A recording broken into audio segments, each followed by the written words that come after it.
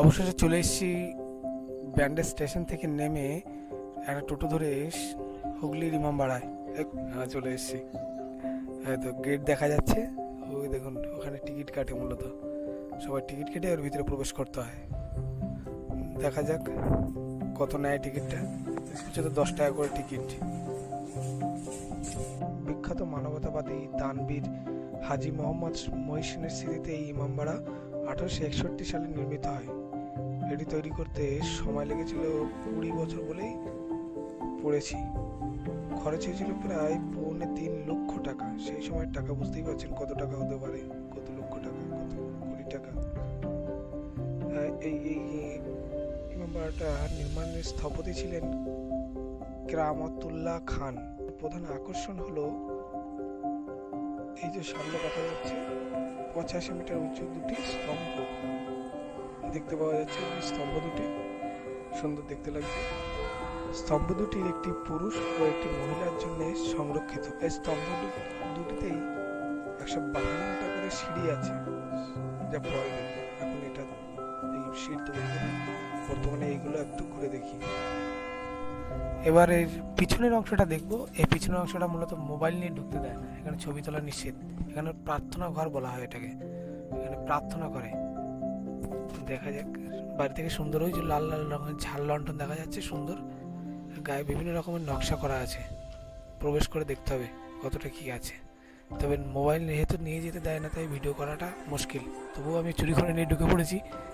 এই যে ভিতরে অতটা দেখতে দিচ্ছে না, চুরি করে নিয়ে ভিতরে বিভিন্ন গায়ে বিভিন্ন রকমের নকশা করা আছে। যখন পালিয়ে এসেছি, ভিডিও করতে দেয়নি। ভিতরে আমি এমনি দেখে এসেছি। সুন্দর ভিতরে অনেক অংশটা। এই মন্দিরটা বিখ্যাত হলো তার সূর্যগ্রহণ জন্য। এবার এখানকার অংশটা দেখা হয়ে গেছে, সূর্যঘড়িটা দেখতে যাব। সূর্যঘড়ি গঙ্গার পাশে অবস্থিত, 3 মিটার উঁচুতে অবস্থিত। চলুন দেখা যাক। এই তো সামনে গঙ্গা দেখা যাচ্ছে, এই গেট পেরোলেই। এই যে এটা পিছন দিকের অংশটা, এই যে সামনে যে গঙ্গা নদী, এই যে উঁচু অংশটা, এটাই মূলত সূর্য ঘড়ি। আগে এখানে পিতলের এটা ছিল, পরে দেখবো। আগে গঙ্গা থেকে ঘুরে আসি। ওই দূরে দেখতে পাচ্ছেন গঙ্গার ব্রিজ, খুব সুন্দর। এই জায়গাটা খুব সুন্দর। এখানে দেখুন 2-3 জন বসেছিল, ওরা বলছিল নৌকায় করে গঙ্গা ভ্রমণও যাওয়া যায় টাকা খরচ করলে। নৌকা দাঁড়িয়ে আছে, দূরে মাছ ধরছে নৌকা করে। ওই দূরে দেখুন একটা ব্রিজ, খুব সুন্দর লাগছে। ব্রিজ কি ব্রিজ জানি না। এবার নামবো। এই তো ঘাটের কাছে দুটো নৌকা, ভালোই লাগছে। ওই ব্রিজটা গঙ্গার উপকূলেই এটি অবস্থিত। সুন্দরী জায়গাটা, সুন্দর, খুব সুন্দর। এই নৌকা করে আরো বেড়ানো যেতে পারে, গঙ্গায় ভ্রমণ করতেও পারেন। ওখানে উপরে বসে আছে 2-3 জন মাঝি বসে আছে, ওরাই বলছিল যে আপনারা নৌকায় চাপবেন, নৌকায় চাপবেন। এই সেই সূর্য ঘড়িটা। এই দেখুন বিভিন্ন রকম দাগ কাটা আছে।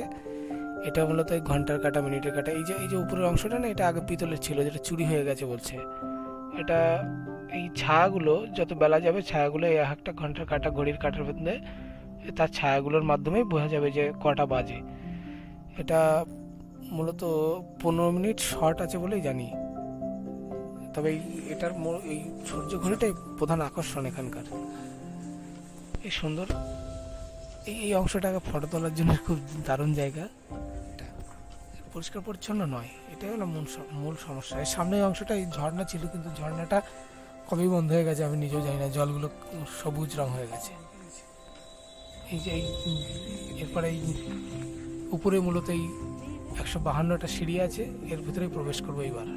এই যে এখান থেকে প্রবেশ করতে হবে, এখান থেকে যেতে হবে 152টা। তারপরেই তো সবার উপরে ওঠা যাবে। ওখানেই সেই ঘড়িটা 15 মিনিট অন্তর অন্তর যে ঘন্টা বাজে।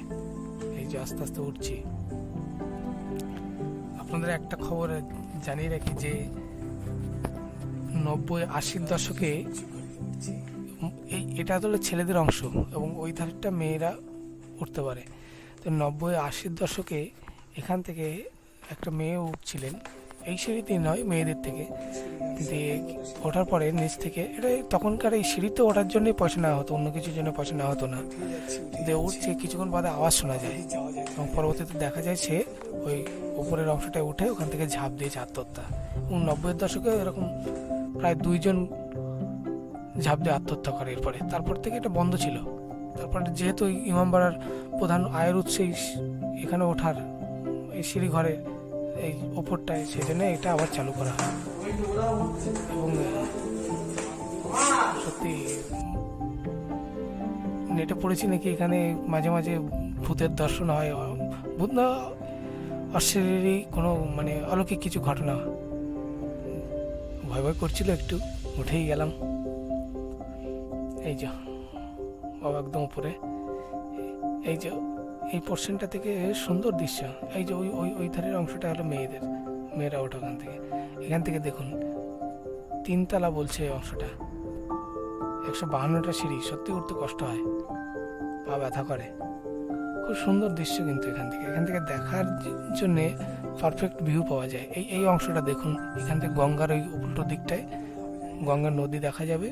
এবং এই সামনে যে ইমামবাড়ার যে প্রার্থনা ঘরটা, সেটাও এখান থেকে খুব সুন্দরভাবে দেখা যাচ্ছে।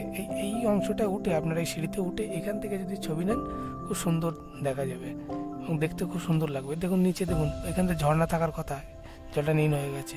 এবং বিভিন্ন দেখুন আরও দর্শনার্থীরা এসছে, ভিড় থাকে এখানে। শীতকালের মতো অত ভিড় নেই, শীতকালে প্রচুর ভিড় হয় এখানে। ওই দেখুন দূরে মাছ ধরছে কতগুলো নৌকা, গঙ্গা নদী। এই অংশটা থেকে সুন্দর ভিউটা খুব সুন্দর পাওয়া যায়। তবে একা আছি, খবরটা পড়ার পর থেকে হালকা একটু ভয় ভয় করছে, অতটাও নয়। বিভিন্ন রকমের নাম লেখা, বিভিন্ন ময়লা করে রেখেছে। এটা ঐতিহাসিক স্থান, কত সুন্দর করে রাখবে। এদের যেহেতু এখানে অধিবাসীরা এখানেই থাকে, আমি দুটো ছেলের সাথেও কথা বললাম, দেখলাম নোংরা, এটা পরিষ্কার করে রাখা উচিত।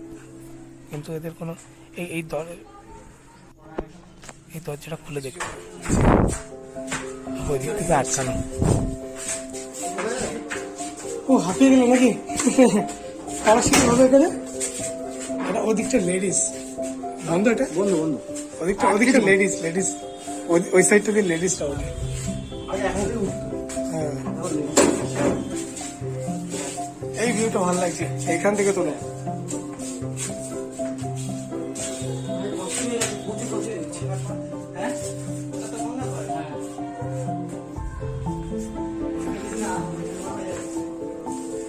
এবার নামবো, জয় তারা বলে নেমে পড়ি। নাম লিখে নে, হাজার নাম লেখা আছে, দেখ।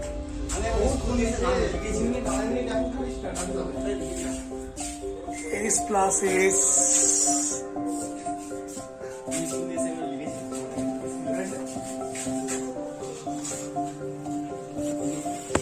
এই সাইডটা লেডিস, মেয়েদের।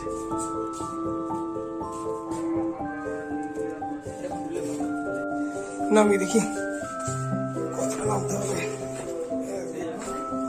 3, 4, 5, 6, 7, 8, 9, 10, 11, 12, 13, 14, 15, 16, 17, 18, 20, 21, 22, 23, 24, 25, 26, 27, 28, 29, 30, 31, 32, 33, 35।